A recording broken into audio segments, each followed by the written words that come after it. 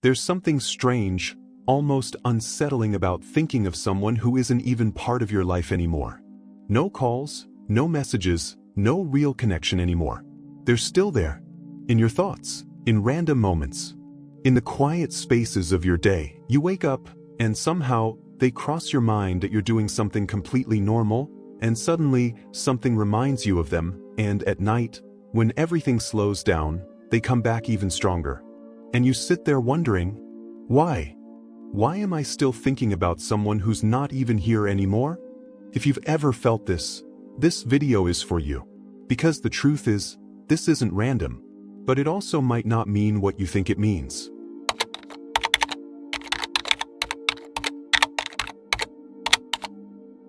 Some people don't just enter your life. They leave a mark. Not a small one, not something temporary. Something deep.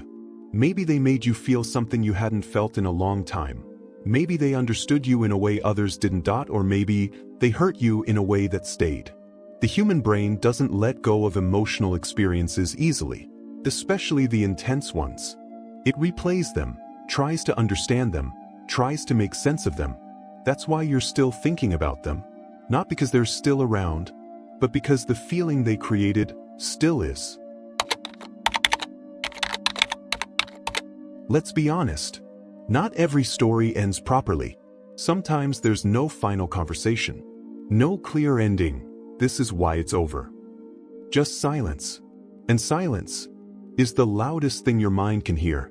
Because your brain hates unfinished stories. It keeps going back again and again, trying to find an ending that was never given. You replay conversations, you imagine different outcomes, you think about what you could have said. Not because you're weak, but because something in you still feels incomplete. Here's something people don't like to hear, but it's true. You're not thinking about them, you're thinking about how they made you feel. There's a difference. Maybe they made you feel important. Maybe they made you feel seen. Maybe they made your life feel exciting. And now that they're gone, that feeling is gone too. So your mind keeps going back to the only place it remembers that feeling from. It's not always the person you miss. Sometimes, it's the version of yourself you were with them. This is where it gets complicated. Your mind knows the truth. It knows there's no contact, no effort, no real reason to hold on, but your heart doesn't work like that. It remembers everything, the small moments, the way they spoke, the way they made you feel. And while your mind is trying to move on, your heart is quietly holding on. And that tension, that fight between logic and emotion, that's what keeps them stuck in your thoughts. What if things were different? What if I had said something else? What if we met at the right time? These questions, they don't give you peace. They trap you. Because your brain starts creating versions of reality that never happened. Perfect conversations, better endings, different outcomes. And the more you imagine, the harder it becomes to let go. Because now you're not just holding on to what happened, you're holding on to what could have happened. Even if there's no communication, attachment doesn't just disappear. It lingers, quietly, in the background. You might not talk to them, you might not see them, but emotionally, a part of you is still connected. And that connection shows up as thoughts. Unexpected, uninvited, persistent. This doesn't mean you're weak. It means you're human.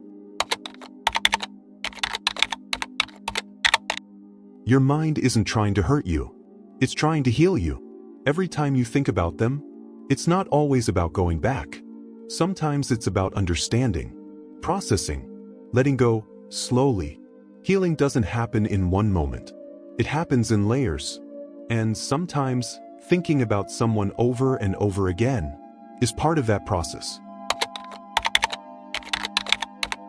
At some point, they stopped being just a person. They became a symbol of love, of loss, of a moment in your life. Maybe they represent a time when you were happier, or a version of you that you miss.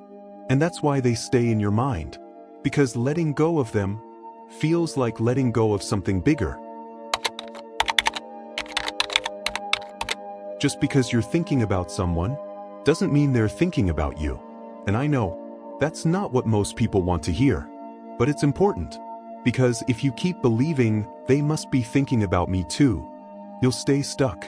Your thoughts are real, your feelings are valid, but they don't always reflect reality. And understanding that is the first step toward peace. This is the part that matters most. Stop fighting your thoughts. The more you try to push them away, the stronger they come back. Acknowledge them. Let them pass, like waves. Be honest with yourself. Ask yourself, do I miss them, or do I miss how I felt with them? That answer will change everything. Create new experiences, because the only way to replace old memories is to build new ones. New people, new moments, new emotions. And slowly, very slowly, they'll stop being the first thought in your morning and the last thought at night. If you can't stop thinking about someone who's no longer in your life, it doesn't mean you're broken. It means you felt something real. And real things don't disappear overnight. But remember this, just because someone had a place in your past doesn't mean they deserve a place in your future. Moving on isn't about forgetting them. It's about choosing yourself even when it's hard. And if this reminded you of someone, don't ignore that feeling. Drop a comment with just one word that describes them. Let's see how many people are silently going through the same thing. And if you want more videos that actually understand what you feel, hit subscribe, because some things are better understood than ignored.